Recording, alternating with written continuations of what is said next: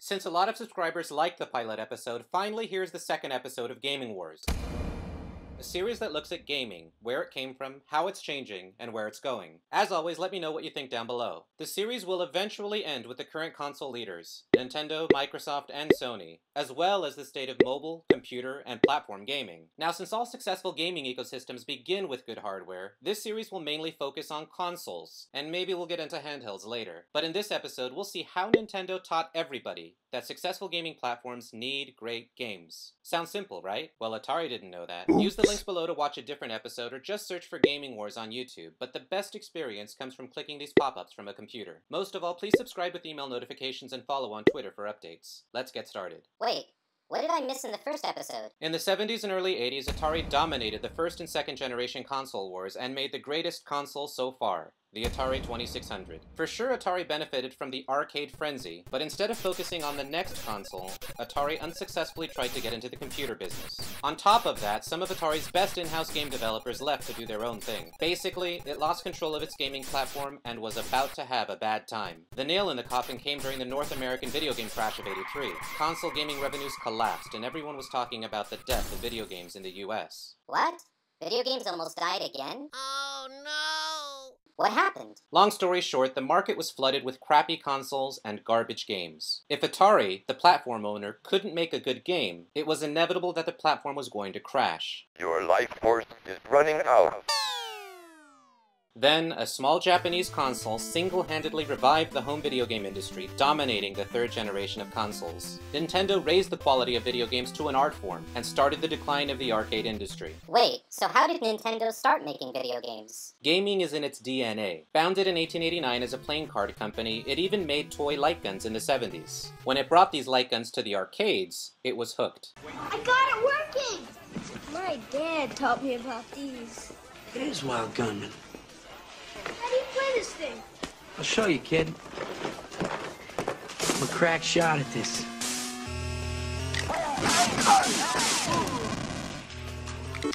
You mean you have to use your hands? That's like a baby's toy. Baby's toy.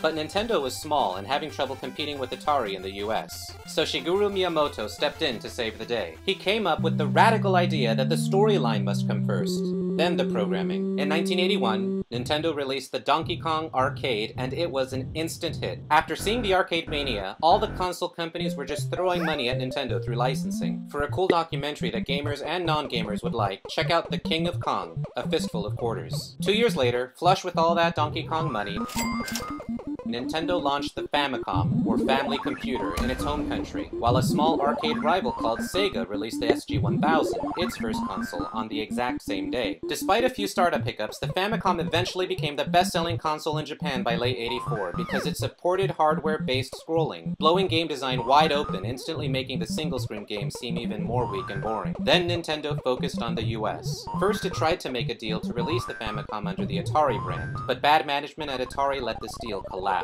Then, at CES, Nintendo publicly announced the most revolutionary console for North America, the Nintendo Entertainment System. But no one was interested. The media called it a miscalculation on Nintendo's part.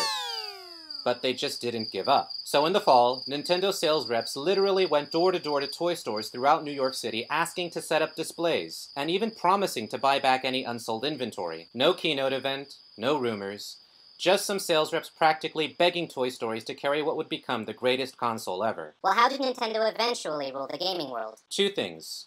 Great marketing, and tight control over its software platform. That sounds familiar. For marketing, all the commercials showed the robotic operating buddy and the lightning gun that shipped with the deluxe version, even though they ended up working with just a few games.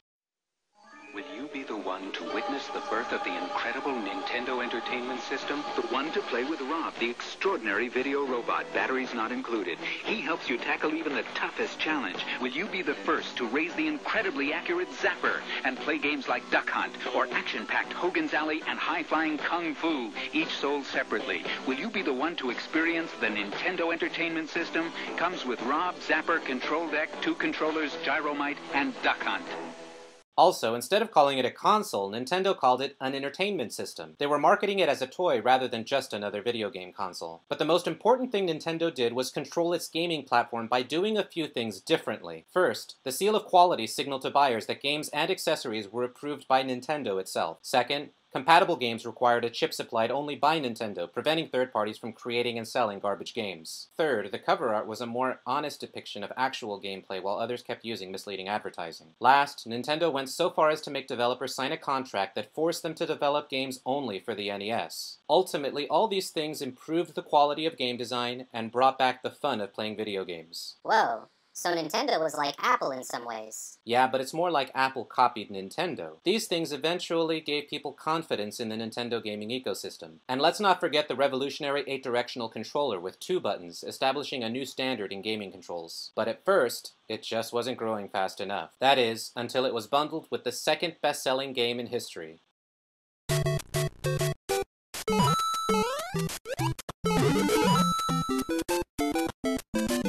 And Nintendo got help with national distribution from a popular toy company at the time. And once the hardware got out, great content soon followed. Miyamoto's follow-up masterpiece, The Legend of Zelda, created a new experience that arcades just couldn't compete with. You could build up your character with weapons, explore the world, and save your progress, with the new goal being to complete the story, not hit a high score. Also, Nintendo released Metroid while Konami came out with Castlevania, Capcom introduced Mega Man, and Square Enix, a game development company on the verge of bankruptcy, took one more shot on a game called Final Fantasy. With the home console game market growing again, Sega got another shot with the Master System. It used its reputation as a great arcade company to position the Master System as the superior arcade home experience, but they still didn't have a flagship game that brought excitement to the Sega platform. Plus, Nintendo had exclusivity contracts on its developers. In '87, Metal Gear was ported to the NES, and in '88, the Nintendo Power magazine came out. In the end, Nintendo won 80% of the global market, Sega squeaked by with 15%, and the dying Atari brand held on to 5%.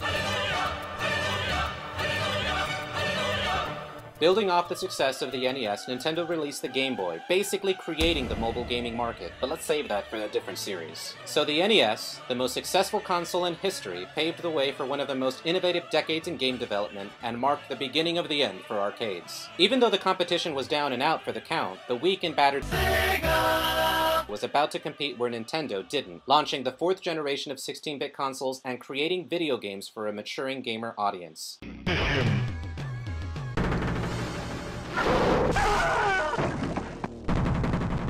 Scorpion wins.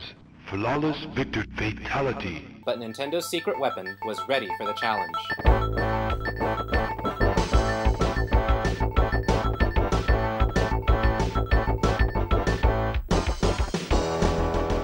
But we'll save that for the next episode. What was your first console? Any favorite games? Leave a comment below. Stay tuned as we continue the series all the way up to the 7th generation of consoles coming out soon, while highlighting game platforms that are pushing innovation in mobile and social today. To find the best prices for video game stuff, please support the channel by clicking the Amazon links below and saving any good deals to your cart. Also, coming up in Game Wars 2013, I hope to go over how the Nintendo Wii U platform compares to everything that Nintendo has done so far. Thanks for your feedback in every video, and hit that like button if you approve this episode. If you're a new viewer, please like, comment, share, and subscribe with email notifications to join My Next Appliance, where we try to keep up with innovation everywhere and the companies behind it. You can also follow on Twitter for news and good tech deals.